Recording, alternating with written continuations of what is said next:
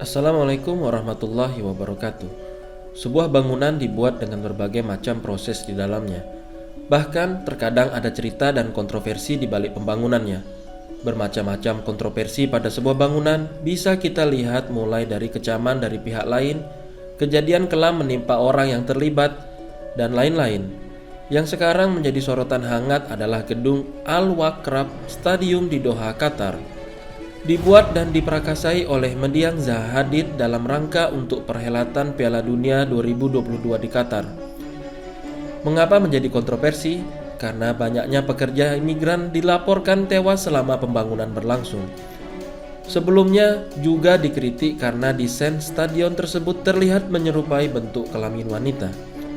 Tentu saja, Al-Wakraf bukan satu-satunya kasus yang menuai pro dan kontra. Berikut beberapa proyek bangunan dengan kontroversi terbesar yang pernah ada.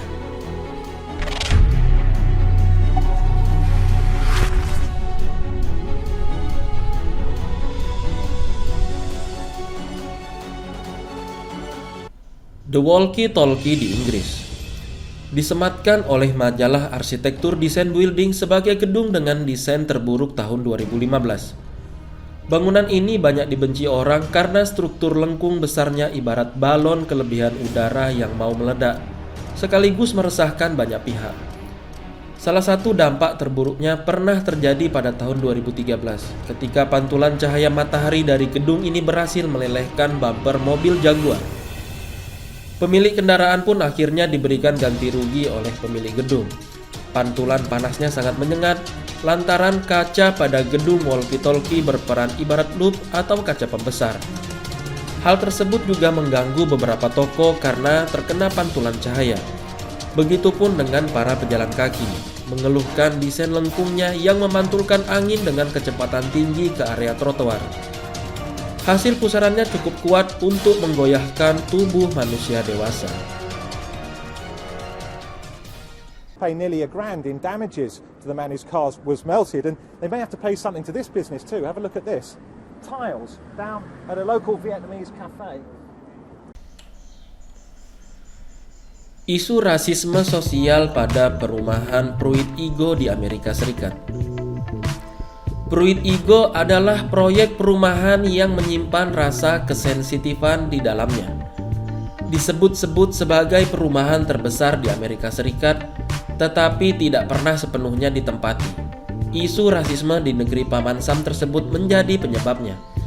Para kritikus kontemporer mengklaim bahwa Pruitt Igoe menjadi tempat penjara dan menyebabkan masalah kesehatan mental bagi penduduk berpenghasilan rendah.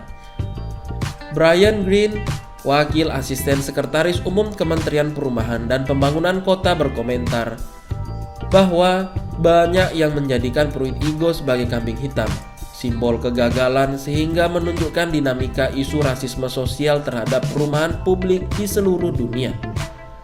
Kemudian, perumahan itu dihancurkan oleh pemerintah kota St. Louis menggunakan peledak karena dianggap tak layak huni dan sudah dikosongkan. Pada dewasa ini, Pruitt Igoe sering dianggap sebagai pelopor kejatuhan perumahan rakyat di St. Louis.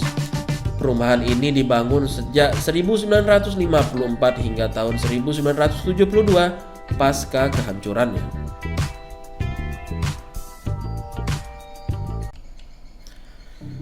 Sydney Opera House di Australia.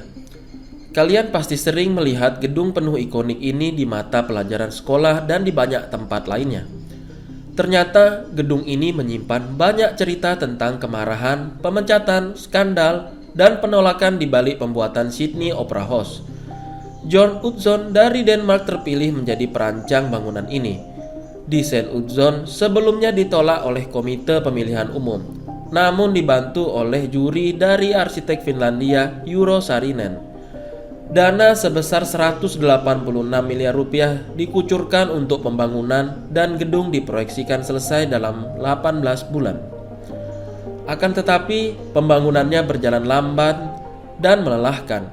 Pada tahun 1966, nyaris 10 tahun dari awal pembangunan, pemerintah dari New South Wales akhirnya menghentikan proyek garapan Utzon ini dan mengakhiri gajinya serta membekukan semua biaya dalam proyeknya. Hudson digantikan oleh Peter Hall dari Australia yang memenangkan desain orisinil untuk Opera House Sydney.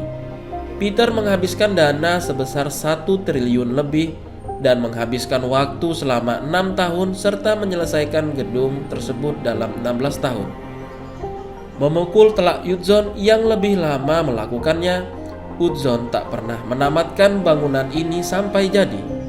Walau akhirnya ia mendapatkan permintaan maaf secara formal dari Opera House pada tahun 1999.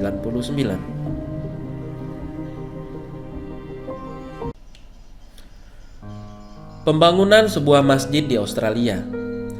Tempat ibadah umat muslim ini menuai kontroversi yang panjang dan menegangkan. Diwarnai dengan rangkaian protes dari jalanan, ejekan pemenggalan kepala, dan lain-lain. Masjid yang dimaksud berada di kota Bendigo, negara bagian Victoria, Australia. Sebelum setuju dibangun, lebih dari 400 orang keberatan terhadap rencana pembangunan masjid itu, yang menyebabkan perdebatan sengit. Beberapa penentang mengklaim masjid itu akan berpotensi membawa kekerasan ke Bendigo dan kota ini akan diselimuti oleh hukum syariah. Seorang anggota masyarakat setempat berkata, "Jika Anda seorang muslim dan Anda menginginkan masjid, kembalilah ke Timur Tengah, ini Australia." Isu keagamaan mewarnai pembangunan masjid menyebabkan di mana pada satu pertemuan Dewan Kota 200 orang memadati galeri kota dan anggota dewan dikawal oleh polisi. Semakin mencuat ketika sekelompok kecil penduduk setempat membawa kasus ini ke pengadilan sipil dan administratif Victoria dengan alasan pembangunan tersebut akan menyebabkan masalah lalu lintas dan sosial. Walau pengadilan sipil menepis kekhawatiran itu, akan tetapi tak bisa membendung gelombang protes. Lanjutnya, para penentang masjid melakukan people power melalui kampanye media sosial yang terkoordinasi, serta mengirim truk-truk yang mencabut baliho dan balon-balon hitam yang digantung di sepanjang kota.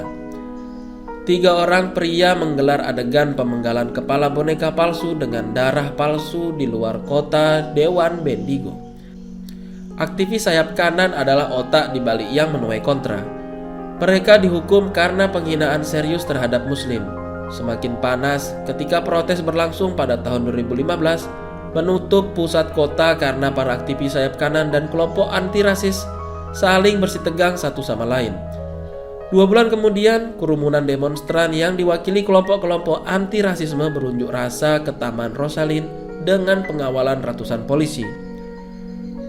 Pada 26 Juli tahun 2019, diadakan upacara peletakan batu pertama di lokasi pusat komunitas Islam Bendigo, di Bendigo Timur, dan tetap dikawal oleh polisi, membuktikan isu sara terhadap pembangunan masjid di Bendigo masih belum surut. Demikian informasi kali ini, sampai jumpa di video Abbas Education selanjutnya. Wassalamualaikum warahmatullahi wabarakatuh.